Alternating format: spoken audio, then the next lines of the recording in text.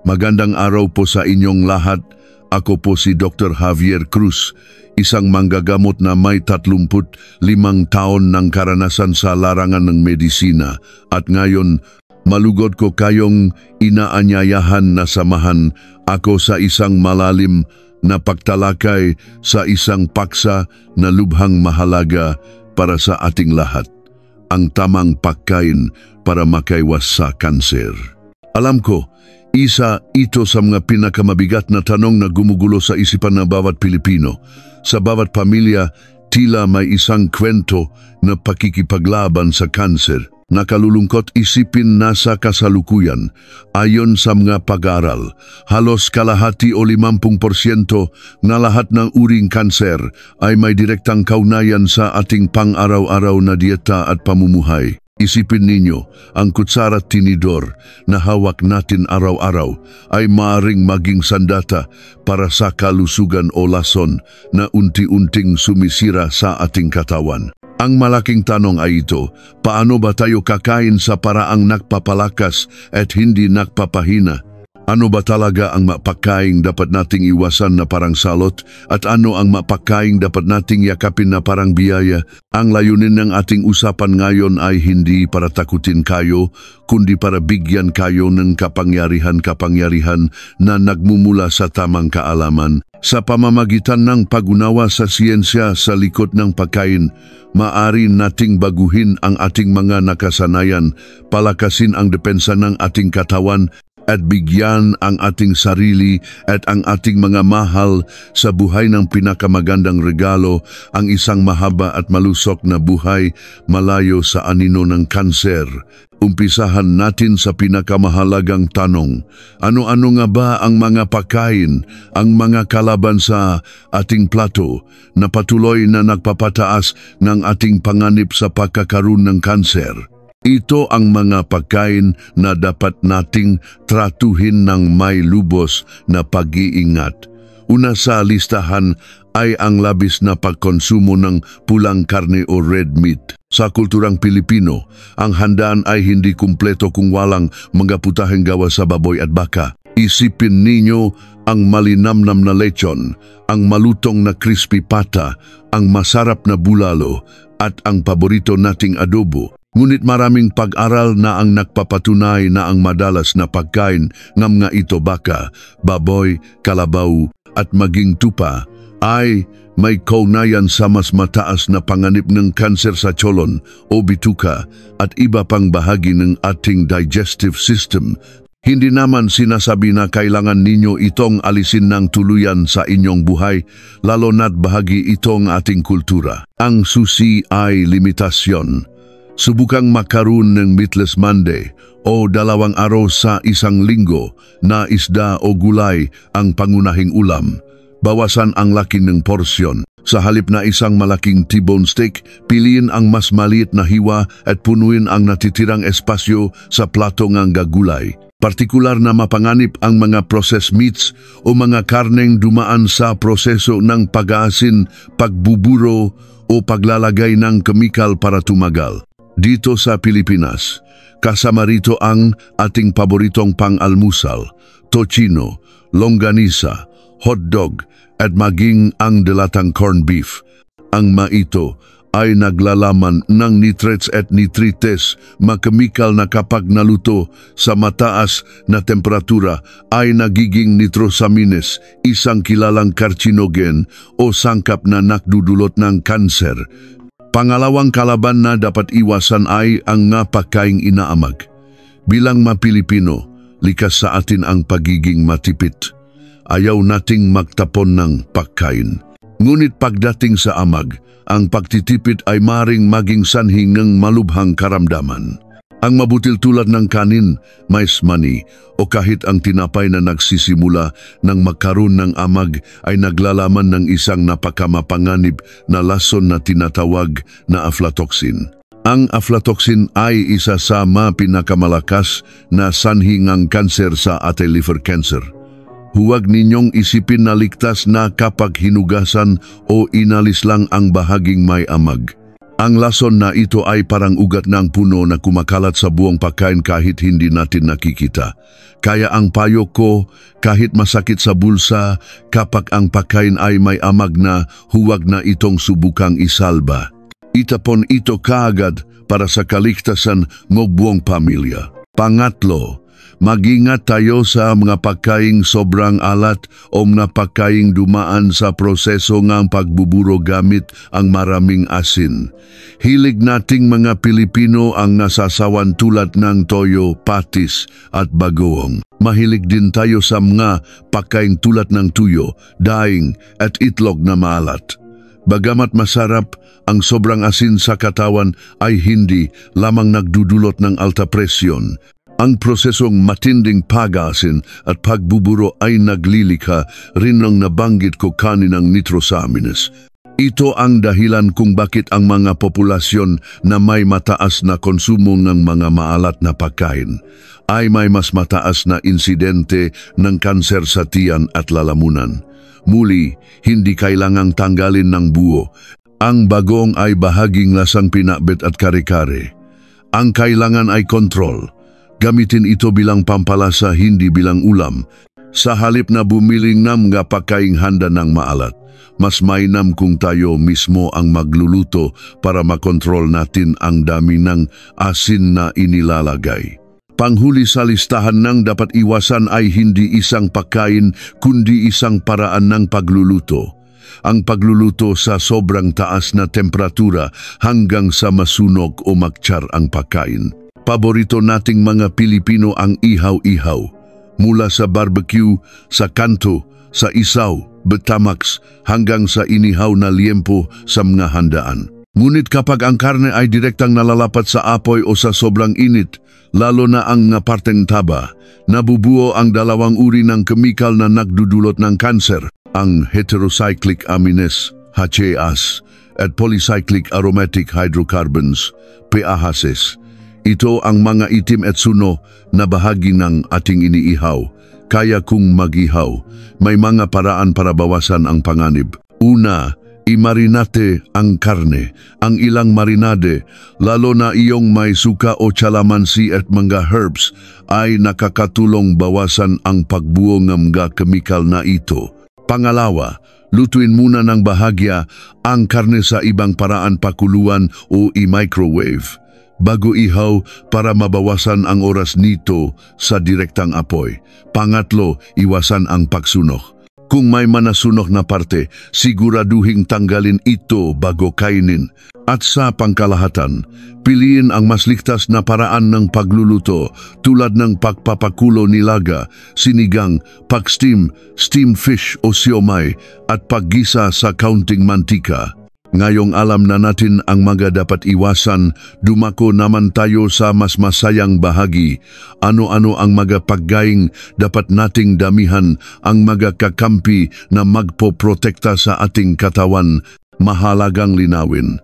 Walang isang superfood o himalang pagkain na kayang pigilan ang kanser ng mag-isa. Ang kalusugan ay hindi nakukuha sa isang uri lang ng pagkain, kundi sa kombinasyon at balanse ng maraming masusustansyang pagkain. Ang prinsipyo ay nakasentro sa isang salita, antioxidants. Isipin ninyo ang ating katawan bilang isang siyudad.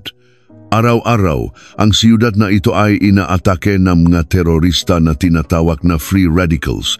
Ang mga ito ay nakmumula sa polusyon, stress, radiation at maging sa mga pagkaing kinakain natin. Ang ginagawa ng mga free radicals ay sinisira nila ang ating mga selula, cells, ang magusali ng ating siyudad. Kapag ang isang selula ay nasira, maaari itong magmutate o magbago at magsimulang dumami ng walang kontrol.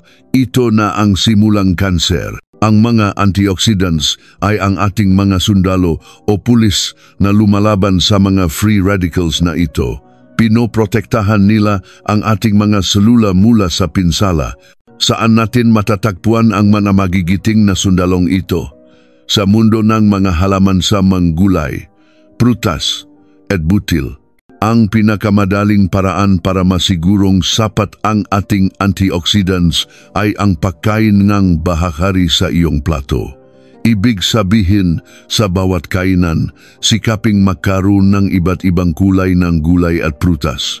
Bawat kulay ay kumakatawan sa iba't ibang uri ng antioxidant. Halimbawa, ang kulay pula tulad ng sa kamatis, pakwan, at pulang siling pula, bell pepper, ay mayaman sa lycopene. Ang lycopene ay isang malakas na antioxidant na kilala sa kakayahan nitong protektahan tayo laban sa prostate cancer at iba pang uri ng cancer. Ang kulay kahel at dilaw tulad ng sa kalabasa, karot, mangga, papaya at kamote ay sagana sa carotenoids tulad ng beta-carotene. Ang mga ito ay nagiging vitamin A sa ating katawan na mahalaga para sa ating immune system at sa kalusugan ng ating mga selula. Isipin ninyo ang sustansya ng isang simpleng pinakbet o ginataang kalabasa. Ang kulay berde, lalo na ang mga madahong gulay tulad ng ating malunggay, kangkong, pechay at ampalaya, ay puno ng chlorophyll, lutein, zeaxanthin at folate. Ang ito ay tumutulong sa pag-ayos ng nasirang DNA ng ating mga selula. Ang malunggay, na tinaguriang miracle tree, ay isang powerhouse ng bitamina at antioxidants. Ang kulay asul at violet, lila, tulad ng sa talong, ube at mga berries, ay mayaman sa anthocyanins. Ang ito ay may malakas na anti-inflammatory properties na mahalaga dahil ang pamamaga, inflamasyon, sa katawan ay isang salik sa pag-unlad ng kanser. Ang kulay puti at kayumanggi tulad ng sa bawang, sibuyas, kabuti at cauliflower ay naglalaman ng mga flavonoids at alicin mula sa bawang. Ang bawang at sibuyas, na siyang basehan ng halos lahat ng lutuing Pilipino sa pag-isa, ay hindi lang pampalasa kundi gamot din. Ang alicin ay kilalang may kakayahang labanan ang bakterya at pigilan ang pagdami ng cancer cells. Bukod sa pagkain ng bahagari, mahalaga ring isama ang pagkain mayaman sa fiber o hibla. Ang fiber, na matatakpuan sa magulay, prutas, brown rice, oats at mga beans tulad ng munggo, ay ang nagsisilbing walis sa ating digestive system. Tinutulungan nitong regular ang ating pagdumi. At sa prosesong ito, nailalabas nito ang mga lason at carcinogens mula sa ating katawan bago pa sila makapinsala. Ang pagpapalit lamang ng puting kanin sa brown rice ay isang malaking hakbang na para madagdagan ang iyong fiber intake. Pagdating sa paghahanda ng mga masusustansyang pagkain ito, mayroon ding mga dapat tandaan. Maraming bitamina, lalo na ang vitamin C at B vitamins, ay water-soluble. Ibig sabihin, natutunaw sila sa tubig at nasisira sa sobrang init. Kaya kung masyadong matagal ang pagpapakulo sa gulay, ang sustansya ay napupunta sa sabaw o nawawala na lang. Kung kaya, mas mainam na kainin ang maprutas at ilang gulay ng hilaw. Para sa mga gulay na kailangang lutuin, ang mabilis na peg-steam o stir-frying mabilis na peg-gisa ay mas mainam para mapanatili ang kanilang sustansya at kulay. Ang pag-inom ng sariwang vegetable juice gamit ang isang slow juicer ay isa ring epektibong paraan para makakuha ng puro at konsentradong nutrition. Ngunit ang pag-iwas sa kanser ay hindi lamang tungkol sa kung ano ang kinakain o iniwasan. May iba pang mahahalagang salik sa ating pamumuhay. Isa na rito ang sapat na pag-inom ng tubig. Ang ating katawan ay binubuo ng halos 70% na tubig. Bawat selula natin ay nangangailangan ng tubig para gumana ng maayos. Ang tubig ang nagdadala ng sustansya sa mga selula at naglalabas ng dumi mula sa mga ito. Ang isang simpleng panuntunan, huwag nang hintayin na makaramdam ng uhaw. Ang uhaw ay senyales ng dehydration. Ibig sabihin, kulang na sa tubig ang iyong nga selula. Magkaroon ng isang baso o bote ng tubig sa tabi ninyo palagi at ugaling uminom kada 15 o 20 minuto. Targetin ang 2 hanggang 3 litro ng tubig araw-araw. At linawin natin, ang tinutukoy ko ay purong tubig. Hindi kasama rito ang soft drinks, powder juices o matatamis na taan na punong asukal na lalo pang nagpapataas ng panganib sa diabetes at obesity na mga salik din sa pagkakaroon ng kanser.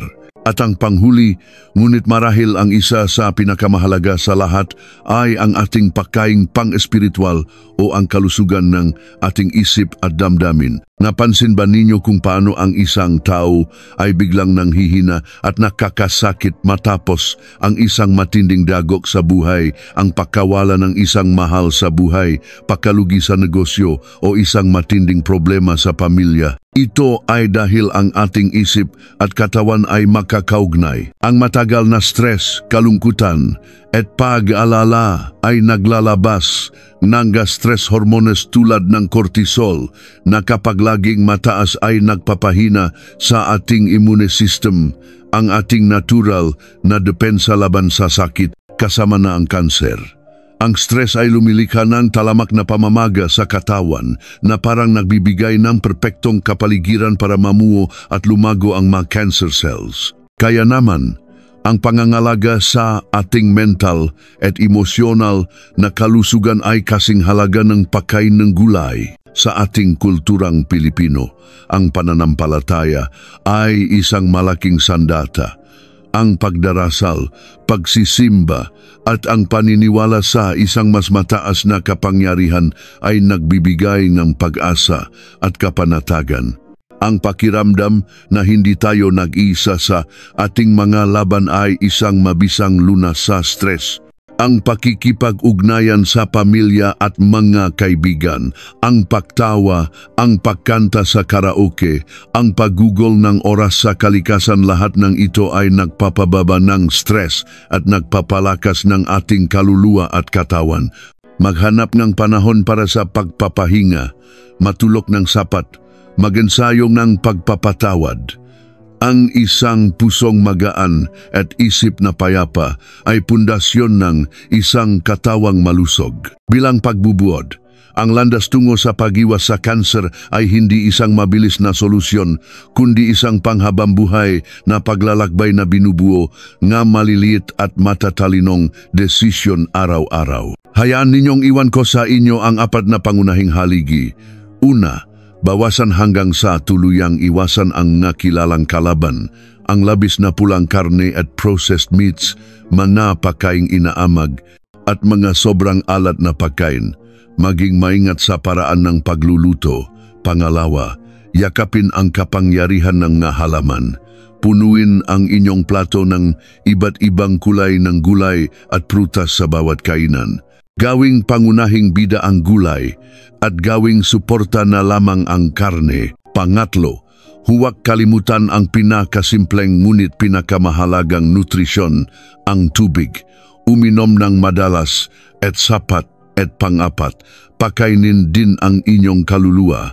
Pangalagaan ang inyong isip at damdamin mula sa lason ng stress sa pamamagitan ng pananampalataya, pamilya at mga gawaing nagpapasaya sa inyo. Umaasa ako na ang mga naibahagi kong kaalaman ay magsilbing gabay at inspirasyon sa inyo. Tandaan, ang kalusugan ay ang pinakamahalagang yaman na maari nating ipamana sa ating mga anak. Simulan natin ang pagbabago ngayon sa ating sariling makusina at sa ating mga puso. Salamat sa panonood. Huwag kalimutang mag-like, comment and share. At para hindi ka mahuli sa susunod nating video, mag-subscribe na at pindutin ang notification bell. Ingat kayo palagi.